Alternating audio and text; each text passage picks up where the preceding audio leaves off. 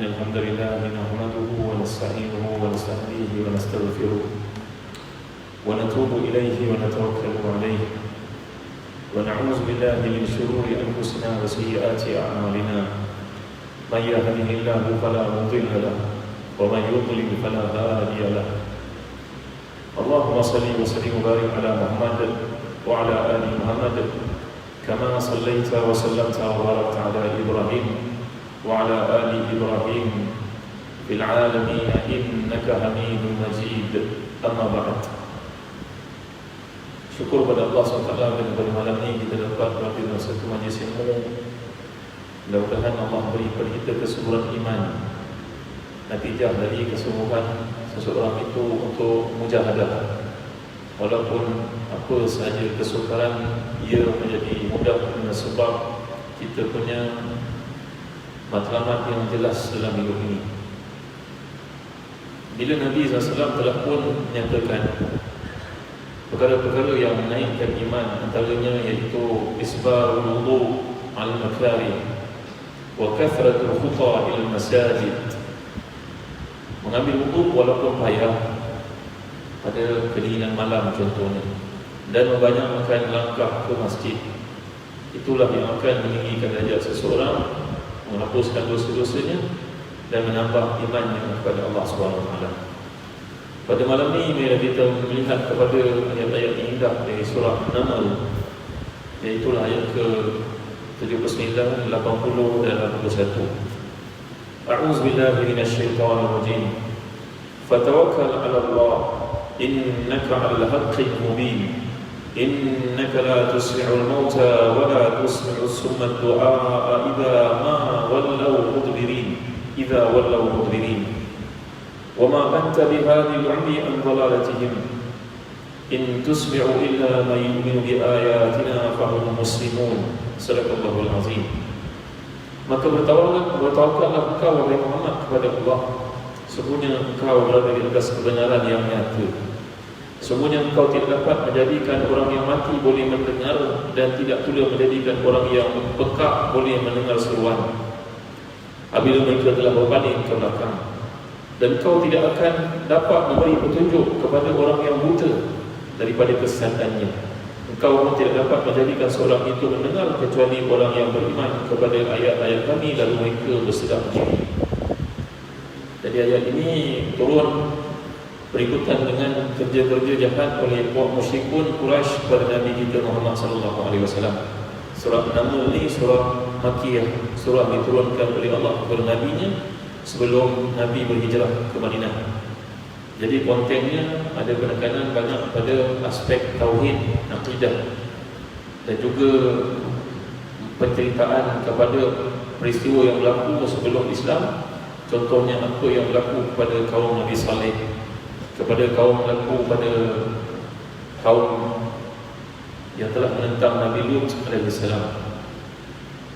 iaitu juga Bani Israel yang menentang Nabi Musa AS. Jadi apabila ayat itu turun untuk memberikan satu gambaran yang jelas bahawa akidah itu adalah satu perkara bersifat keyakinan.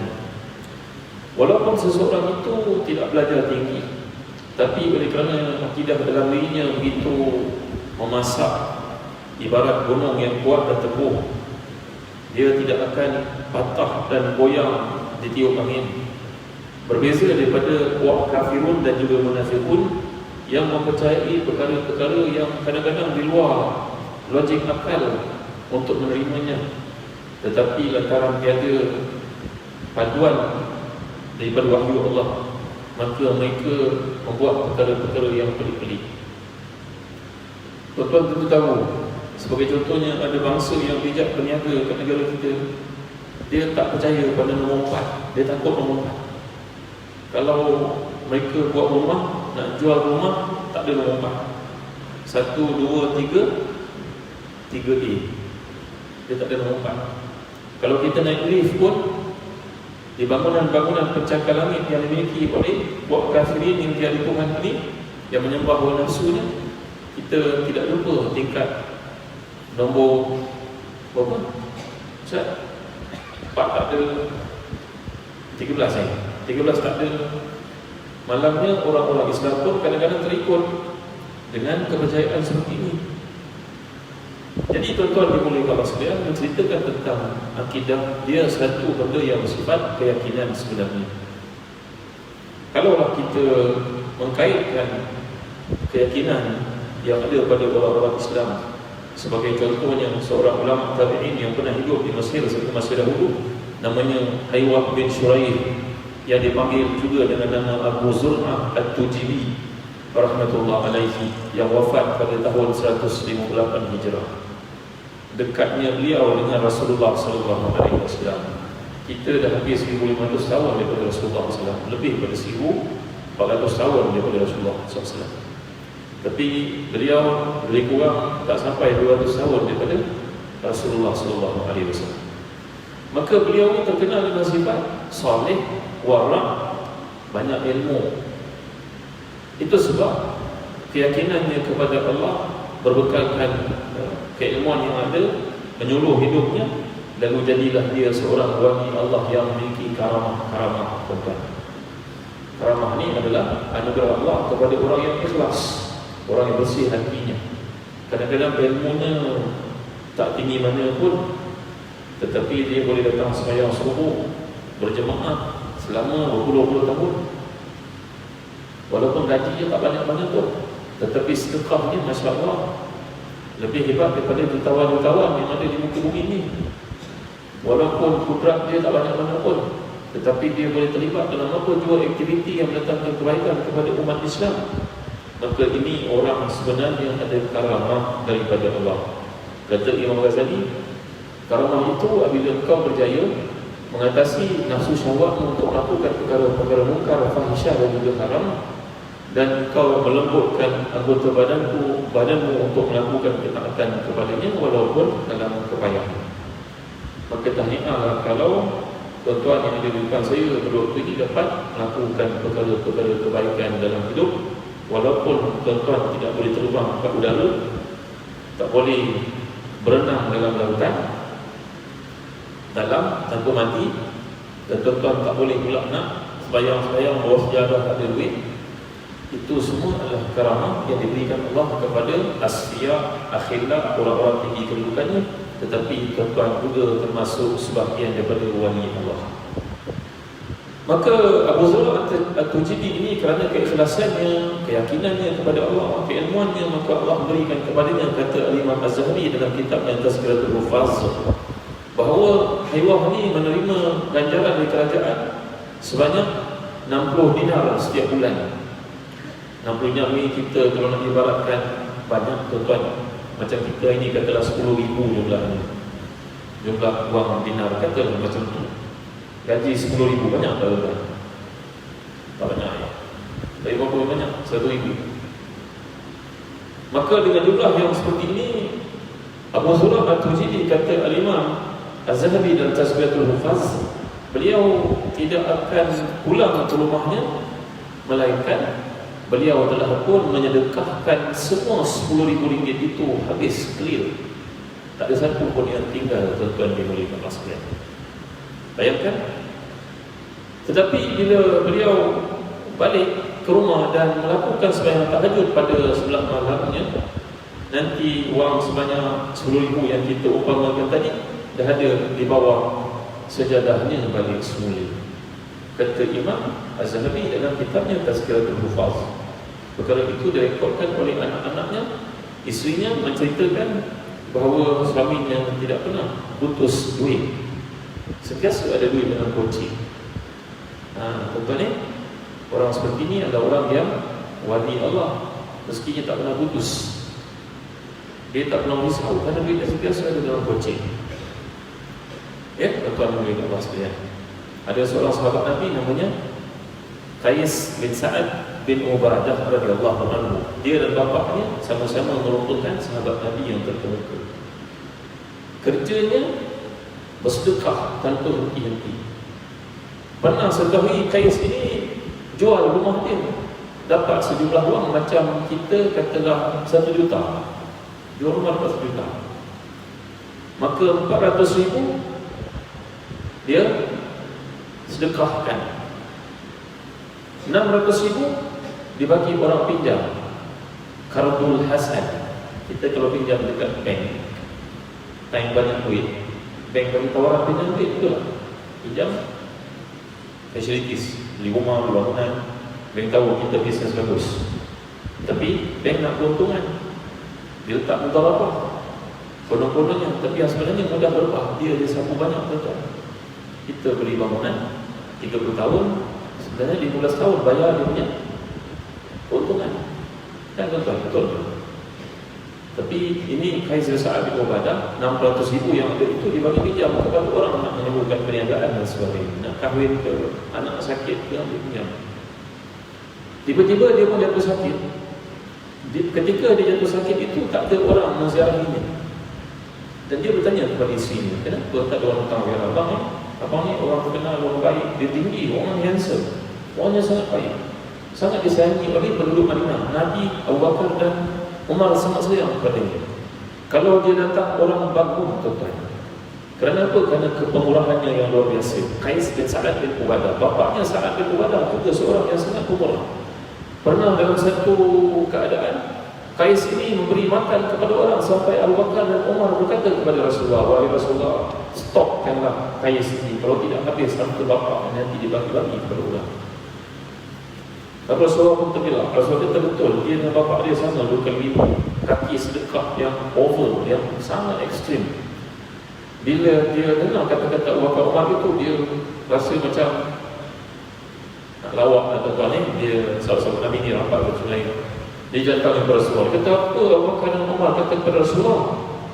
Berani dia kata kepada Rasulullah macam tu. Padahal Rasulullah yang cakap dia buat sedekah. Nanti saya adu kepada bapak saya. Maka dia balik, dia beritahu kepada bapak dia pula. Bapak dia tanya kepada Rasulullah, wahai Rasulullah, betul ke Abu Bakar dan Umar tak bagi saya sedekah? Tak bagi saya sedekah pun, ni saya datang bawa lagi untuk sedekah kepada Islam. Punya dahsyatnya tuan-tuan. Maka Qais bin Sa'ad Ubadah ini, bila dia tahu orang tidak datang ke rumahnya, dia tanya isterinya. Isteri kata kerana mereka ada hutang dengan abang, mereka malu nak datang. Nanti abang tanya hutang mana-mana. Lalu beliau berkata, la khaira fi malin akhza bihi asqabahu. Tiada kebaikan pada harta yang menyebabkan putusnya hubungan persaudaraan. Wahai isteriku, beritahulah kepada penduduk Madinah, siapa yang hutang dengan aku semuanya halal. Ahlan wa sahlan wa jalan, sedekahlah. Maka pada malam itu juga bila pengumuman dibuat, berapa ramai orang datang ke rumah Qais ini melawatnya sampai pintu rumahnya patah. Ramai sangat orang datang sampai jenam-jenam rumah itu roboh kerana mereka dengar hutang halal datang. Itu yang dimiliki Allah SWT. Ini kisah sahabat yang sangat yakinnya tinggi pada Allah SWT. Tapi Qais tidak pernah hidup miskin, hidupnya sentiasa kaya. Kata Al-Imam Ibnu Asakir dalam kitabnya yang besar bernama Tarikh Dimashq, itu berpuluh-puluh jilid antara doa yang diamalkan oleh Qais bin Sa'ad bin Ubadah itu kan Nabi ajar kepadanya untuk baca, rezekinya tak pernah putus. Tuan-tuan baca daripada saya doa. Cuba tuan-tuan ikut. Allahumma razzuqni malan wa fi'alan fa innahu la yasluhul fi'al illa bil mal. Allahumma razzuqni malan wa fi'alan fa innahu la yasluhul fi'alu illa bil mal. Ya Allah, beri kepada aku harta dan beri kepada aku upaya, kerana tidak ada guna upaya itu tanpa harta. Faham? Saya tengok ada orang tua susah, saya fikir kalau saya ada duit, nak saya buat rumah orang tua, saya sponsor semuanya. Ini cakap orang tak ada duit, betul? Jadi kita minta pada Allah harta dan kepandaian menguruskan harta, projek itu. Tak mau jadi harta, jadi lalai. Tapi kalau tak ada harta pun susah, tunjuk-tunjuk kat tangan orang. Orang kata apa tunjuk-tunjuk. Cuba kalau ada duit, Ini bukan duit tangan, 2 juta. Tak apa, saya bayar 2 juta, ambil 2 ribu. Saya nak tangan buat orang naik hati. Contoh apa? Ini maksud doa sahabat yang sangat tinggi keyakinannya kepada Allah ni. Allah marzuqni ma'lam fi'alan fa'innahu la yasbul fi'al illa bilma. Ya Allah, beri pada aku harta dan upaya menguruskan harta. Kerana kalau aku ada upaya, tak ada harta, tak guna. Nampak tak? Jadi kembali kita kepada kisah Al-Imam Abu Zur'ah Al-Tujibi dari Mesir ini, seorang yang keyakinan tinggi sesuai dengan ayat yang kita sedang bincangkan tentang keyakinan orang beriman kepada Tuhannya. Dia akan beri hartanya itu, gajinya itu kepada semua orang dalam perjalanan sebelum pulang ke rumah. Bukan 10%, bukan 20%, bukan 30%, 100% tadi. Tapi tiap-tiap malam ketika dia mengajar kepada Tuhannya, bawa sejadahnya duit datang balik semula. Lalu isterinya tercerita dengan sepupunya sebelah rumah. Tercerita, kan orang perempuan suka cerita kan.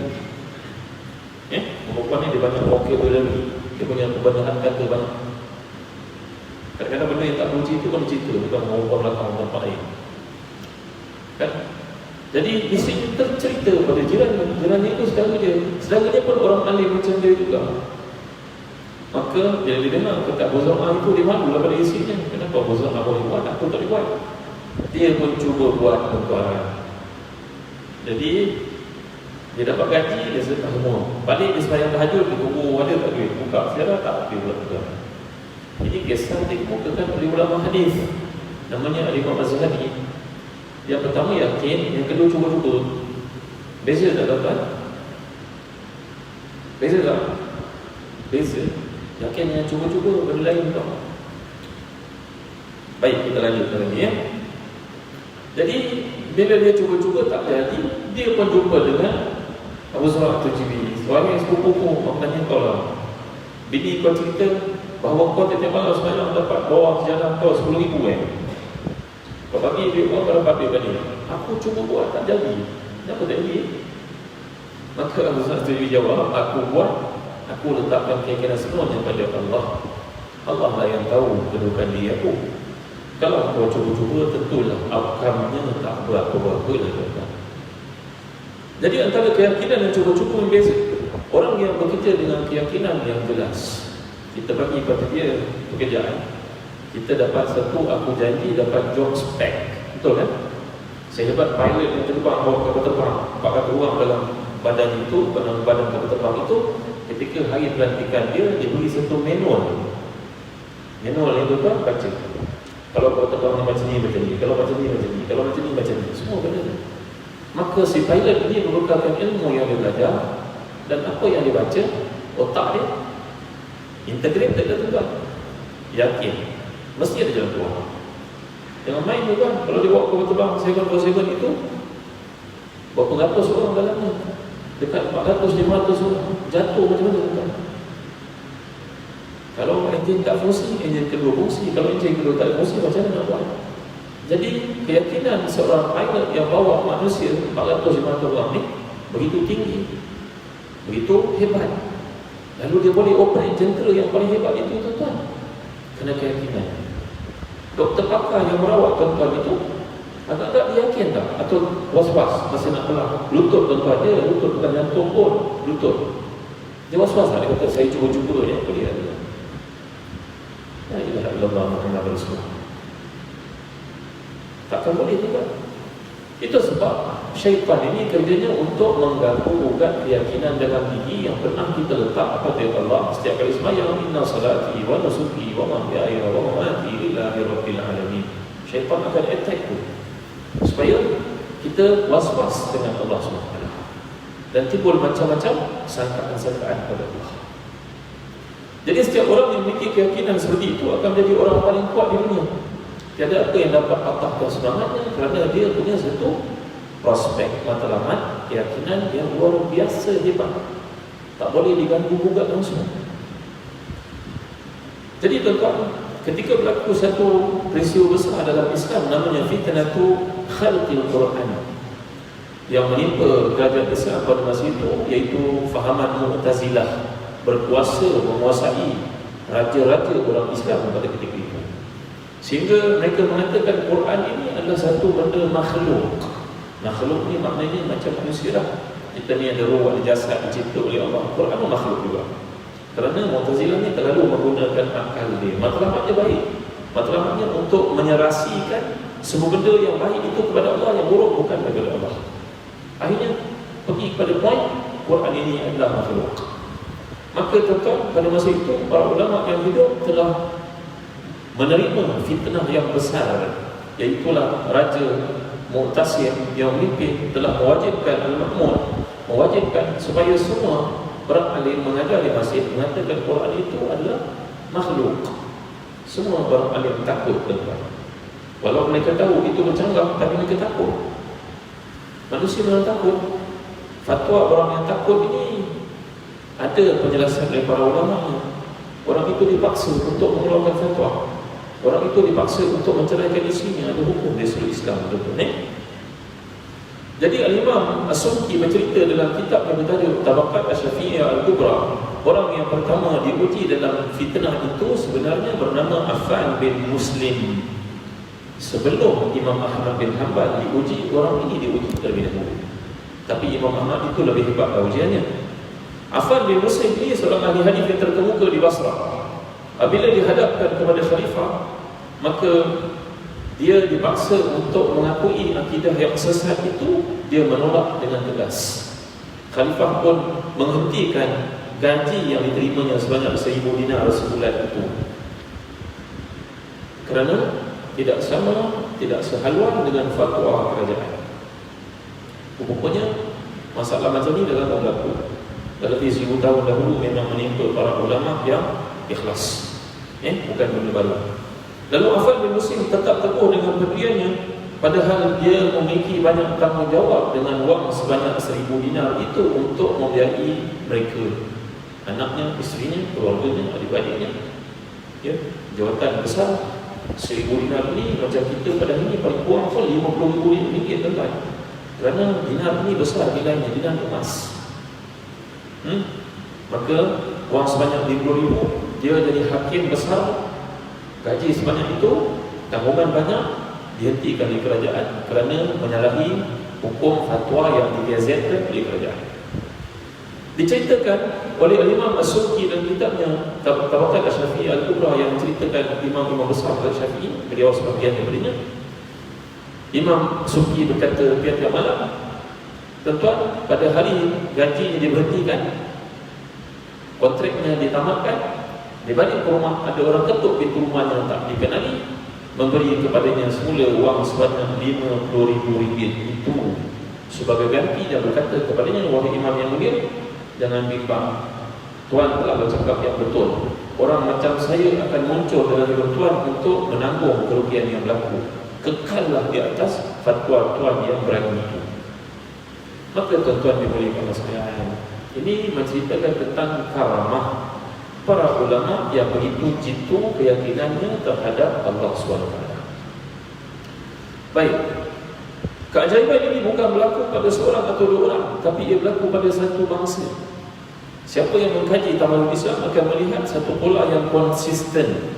Kerana setiap kali kaum muslimin berada di tahap keyakinan yang paling tinggi, mereka akan berada di tahap ketamadunan yang paling mulia. Setiap kali orang Islam mengamalkan Islam dan yakin pada rezeki daripada Allah, segala-galanya daripada Allah, mereka akan berada di roda yang paling atas. Kan kita ni macam roda kan, betul ayam muda berdoa di atas. Kita ni hidup macam roda, dari atas ke bawah. Yakinlah ketika kita berada di atas itu, kerana keyakinan pada Allah berada pada tahap paling maksimum. Dan roda ini berlaku dalam hidup setiap kita. Perhatikan, ada masa banyak infak, banyak ringan tulang bantu Islam, kehidupan kita berada pada tahap paling baik. Tapi waktu kita mula berkira-kira dengan Islam, Allah mula berkira-kira dengan kita. Saya tak? Cuba cek balik semua, muhasabah balik semua. Kita banyak berkira-kira, Allah lagi berkira-kira dengan kita, tuan-tuan. Jadi tokoh-tokoh pemimpin yang berjaya mengeluarkan umat Islam daripada kemiskinan kepada kekayaan adalah orang yang memiliki keyakinan yang paling tinggi kepada Tuhannya. Ini semisal dengan Umar bin Al-Khattab radhiyallahu anhu, Umar bin Abdul Aziz, Harun Al-Rashid, Mahmud Az-Zanki, Salahuddin Al-Ayyubi, Muhammad Al-Fatih, Sulaiman the Magnificent, Sulaiman Al-Qanuni. Ini semua adalah pemimpin Islam yang sangat hebat. Kerajaan Islam Osmania. Kalau kita baca kerajaan Islam Osmania, antara sultan yang hebat Muhammad Al-Fatih. Ramai lagi, bukan dia seorang, bukan. Sulaiman Al-Qanuni. Tapi Barat menggambarkan kehidupan Sulaiman Al-Qanuni sebagai kaki perempuan. Memang tak munasabah. Kerana pada zaman Sulaiman Al-Qanuni lah para ulama mendapat pembelaan yang terbaik sekali. Dan kerajaannya, empayanya besar. Kerana kesungguhannya membela Islam, Allah beri kepadanya bumi ini datang rokok dan sujud menyerah diri kepada Sulaiman Al-Qanuni, seorang khalifah Osmania yang terkenal. Jadi apabila keyakinan itu mulai luntur, maka empayar Islam pun lumpuh dan mengalami kemunduran. Betul? Ya? Lagi menemui seorang pemimpin yang memiliki kualiti keyakinan yang tinggi kepada Allah, seperti tokoh-tokoh yang dinyatakan itu. Ini tidak ada. Ada dalam nampak sikit-sikit pada orang tertentu. Ya, kita mohon kepada Allah supaya Allah beri kekuatan kepadanya dapat menjalankan Islam. Ya, tak terkecuali pemimpin negara kita ada kelemahan, ada kebaikan. Mudah-mudahan mereka kekal dalam kebaikan. Mungkin sebab itulah Nabi bersabda, semuanya satu yang paling aku takuti bagi umatku adalah kelemahan keyakinan. Diriwayatkan oleh Ibnu Abi Dunya dan Tabarani dengan sanad yang disahihkan mengikut mazhab Al-Imam Ibn Hibban dalam tafsir yang juga tadrif ini. Jadi Nabi bersabda, antara benda yang paling aku menimpa umat ini adalah kelemahan keyakinan kepada Allah. Dia was-was. Dia rasa macam boleh ke tak boleh? Boleh jadi ni. Was-was supaya dia rasa. Seorang Muslim sejati hidup dalam keyakinan. Dia yakin kepada Allah juga kepada dirinya.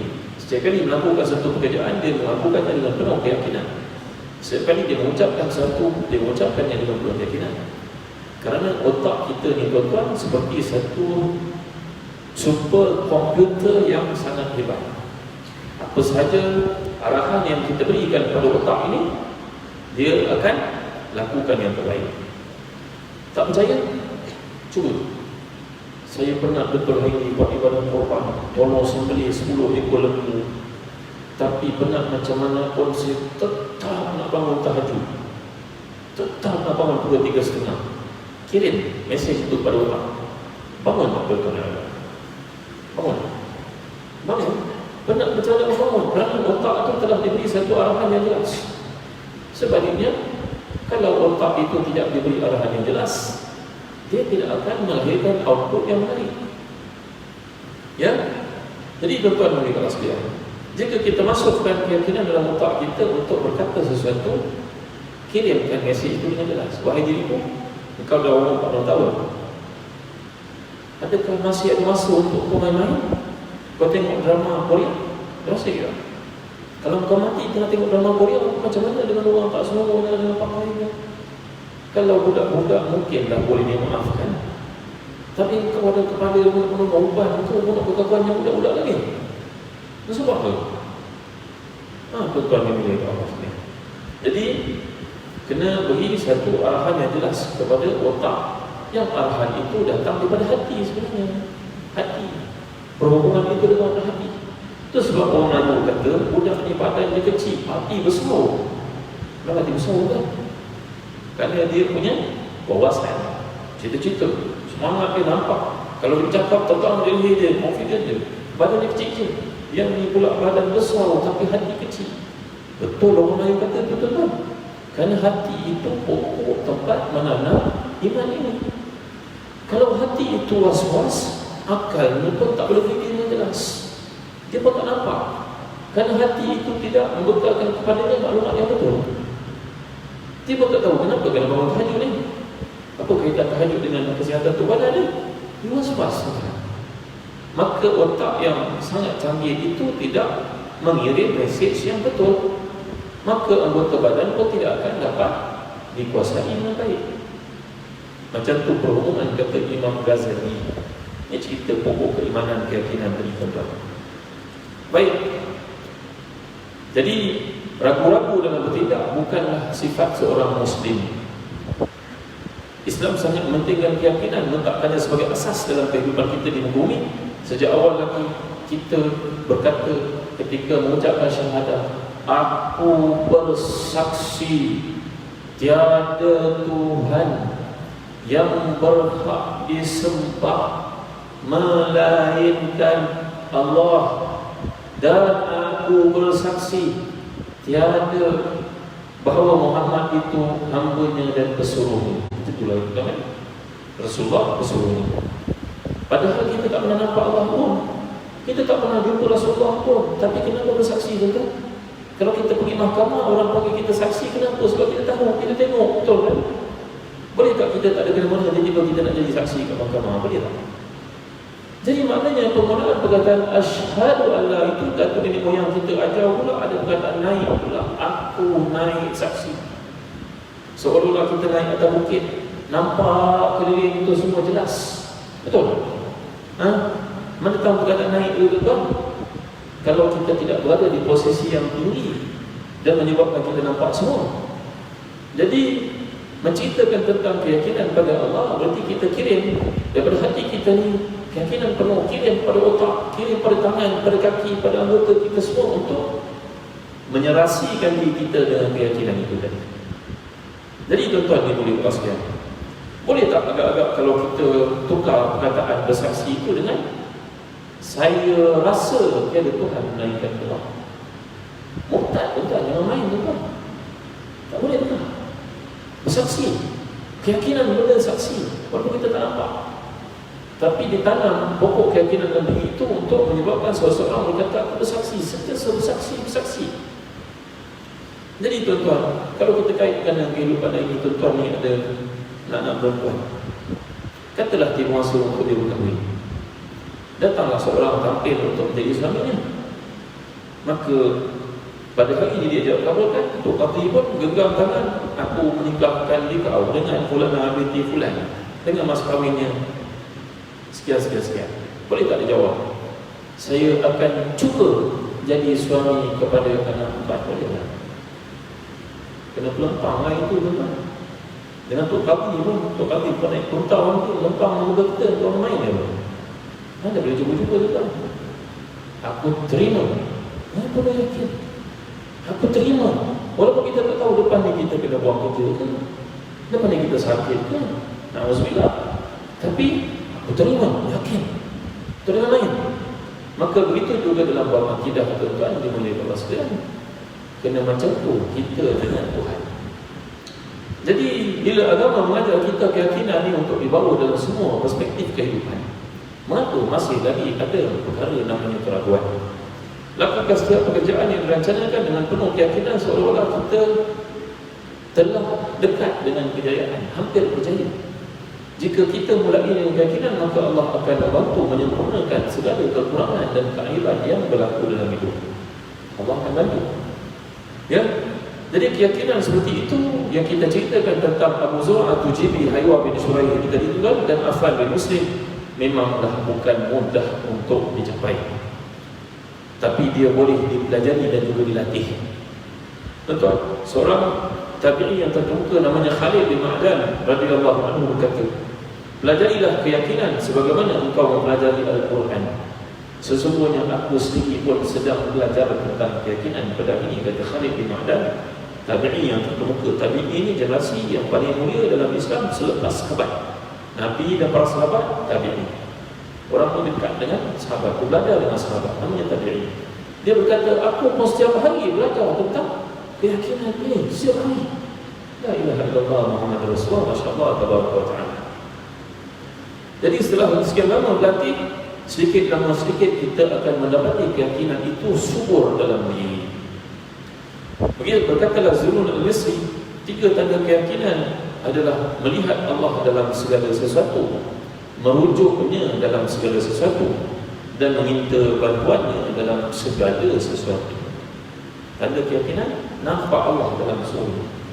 Yang kedua, minta bantuan kepadanya. Yang ketiga, sentiasa merujuk kepadanya. Kita nak buat urusan besar, istikharah. Ya Allah, aku dapat peluang berniaga, wang aku tak banyak mana. Aku tak tahu lah ya Allah, kalau aku tak buat ni aku pun boleh mati juga duit. Sustainability depan ni macam mana? Tapi kalau aku buat pun kawan aku ni malah baik, tapi aku tak tahulah hati penerangi ni macam mana. Aku punya anak perempuan aku ni bercita-cita sangat nak migrate ke overseas. Tiba-tiba dia dipinang pula oleh orang Arab. Aku pun tak tahu, aku pernah cerita orang Arab ni kan baik sangat pun. Ya ke? Anak perempuan aku dukung, peluk cium dia kecil. Dipinang orang Arab pula, macam mana lepas ni tidak duduk mana risau tak kan? Rujuk Allah kan? Jadi kita pun tak tahu apa-apa benda berlaku, hati orang boleh berubah dan sebagainya. Jadi tuan-tuan nanti kita sekalian, inilah dia benda namanya keyakinan. Dia kena berlatih, kena minta selalu kepada Allah SWT. Itu sebab antara doa Nabi yang menunjukkan kepada kita untuk amalkan selalu kan, doa Nabi ini kepada seorang sahabat yang sangat bijak, mulia, pahlawan, bangsawan. Saya pernah ajar oleh tuan kat sini, namanya Jarir bin Abdullah Al-Bajali radhiyallahu anhu. Sahabat ini masuk Islam 3 tahun Rasulullah wafat. Kata Imam Ahmad dalam musnadnya, Nabi mendoakan untuk Jarir ini supaya tetap dalam iman, keyakinan yang menubur setiap hari. Apakah doa Nabi untuk Jarir itu kan? Allahumma tsabbitni waj'alni hadiyan mahdiyan. Allahumma tsabbitni waj'alni hadiyan mahdiyan. Ya Allah, tetapkan aku dalam Islam ini, jadikan aku ni pembawa hidayahmu dan sebab turun hidayahmu sentiasa kepada aku untuk aku sampaikan kepada orang lain. Orang seperti ini cakapnya hidayah, tindakannya hidayah, marahnya hidayah, sukanya hidayah, sembahyangnya hidayah. Orang tengok dia sembahyang, ya Allah, khusyuknya Pak Haji ni sembahyang, macam mana aku nak dapat dia sembahyang macam tu Ya Allah, lembutnya dia bercakap. Orang semua cakap benda yang sama, tapi dia cakap masuk dalam hati aku. Kenapa? Orang semua jadi imam, bacaannya bagus-bagus, tapi aku sembahyang belakang dia, aku khusyuk. Maka tuan-tuan, inilah berkat daripada kesuburan iman yang menjalar dalam hidup pergi kepada orang lain. Alangkah beruntungnya kalau orang ini bapa kita. Alangkah beruntungnya kalau orang ini suami kita. Alangkah beruntungnya kalau orang ini isteri kita. Alangkah beruntungnya kalau orang ini anak kita. Ada seorang lelaki kecil masuk sekolah agama SRI. Ustaz mengajar sembahyang, sembahyang agama, sembahyang macam ni, sembahyang tak susah, tak perlu tukar kain pelikat. Kalau sekolah bersih, ustaznya bagus saja. Budak kecil usia 8 tahun mengajar dua. Cakap pada ustaz dia, ustaz, saya nak malu sikit. Apa dia nak? Ayah mak saya tak sembahyang, ustaz. Allah, apa kasihan dia nak. Saya malu tak sembahyang sebab ayah saya tak sembahyang. Jangan malu, buat. Rumah saya kecil ustaz, rumah flat. Rumah flat. Satu bilik study, satu bilik ayah, satu bilik untuk dia balik tidur. Mana saya sembahyang ustaz? Allah, hebat juga ni. Pergilah nak ustaz bagi kau sejadah, baik jadi investment untuk akhirat ustaz. Ustaz bagi kau sejadah kalau hidup, ni ustaz hadiah kat kau, kata ustaz ni. Ya, kau nak sembahyang je, kau sembahyang depan ayah rumah kau tengah tengok TV pada malam tu. Jangan depan sangat, tapi kawasan depan. Contoh, hari pertama orang buat contoh, menangis riwayat. Nangis riwayat. Ni riwayat ni dalam tak sembahyang. Orang ada anak itu nak sulung, mereka tak sembahyang. Tengok anak sulung mereka sembahyang, berteriak mereka, nangis. Dan pada malam itu mereka mulakan cerita baru dalam hidup untuk sembahyang. Tengok anak ini menjadi sebab ibu ayahnya mendapat iman, mendapat rasulan iman. Jadi kita minta kepada Allah dengan doa yang Nabi bacakan kepada Sadiq, kepada Jarir bin Abdullah Al-Bajali ni tadi tu kan? Kita baca, Allahumma tsabbitni waj'alni hadiyan. Ya Allah, beri hidayah padaku, jadi aku membawa hidayah aku sebab orang yang dapat hidayah. Di mana saja aku pergi, orang akan ikut Islam. Orang melihat aku je, orang ingat Allah. Kan? Ya, jadi mudah-mudahan Allah berkati kita dapat amalkan perkara yang namanya iman ini, bahawa orang beriman punya kelainan daripada orang kafir yang tidak ada iman, yang tidak ada keyakinan diri hidupnya. Tuhannya adalah syahwatnya, Tuhannya adalah duitnya, Tuhannya adalah kebendaan. Tapi kita punya perspektif lebih jauh daripada itu. Mudah-mudahan Allah berkati kita. Setakat ini saja dulu lepas untuk renungan kita pada malam ini. Tafsiran ayat daripada 79 hingga ke 81 daripada surah An-Naml, surah Semut, surah yang menceritakan tentang kemuliaan semut. Walaupun ia makhluk yang kecil dan kerdil, tetapi ia makhluk yang sangat banyak ingat kepada Allah dan tinggi keyakinannya kepada Allah. Semut tidak akan keluar daripada rumahnya melainkan bila ada satu matlamat yang jelas, arahan diberikan oleh ratunya untuk buat satu misi. Kalau tidak, dia tidak akan keluar. Ajaib dia semua. Mudah-mudahan Allah memberkati kita dengan sedikit peringatan ini. Wallahu a'lam. Wassallallahu ala sayyidina Muhammad wa ala alihi wa sahbihi wa sallam. Alhamdulillahirabbil alamin. Allahumma zidna wa la tanqusna wa akrimna wa la tuhina wa atina wa la tahrimna wa asirna wa la tusir alaina wa rabbina wa rabbana. Allahumma ati nufusana taqwaha wa zakkiha anta khairu man zakkaha anta waliyuha wa mawlaha ya arhamar rahimin. Allahumma arzuqna malan wa fi'lan fa innahu la yasul fi mal illa bil mal. Allahumma thabbitna wa ja'alna hudatan muhtadin. ربنا آتنا في الدنيا حسنة وفي الآخرة حسنة وقنا عذاب النار. صلى الله على سيدنا محمد وعلى آله وصحبه وسلم والحمد لله رب العالمين. تقبل الله منكم. والسلام عليكم ورحمة الله وبركاته.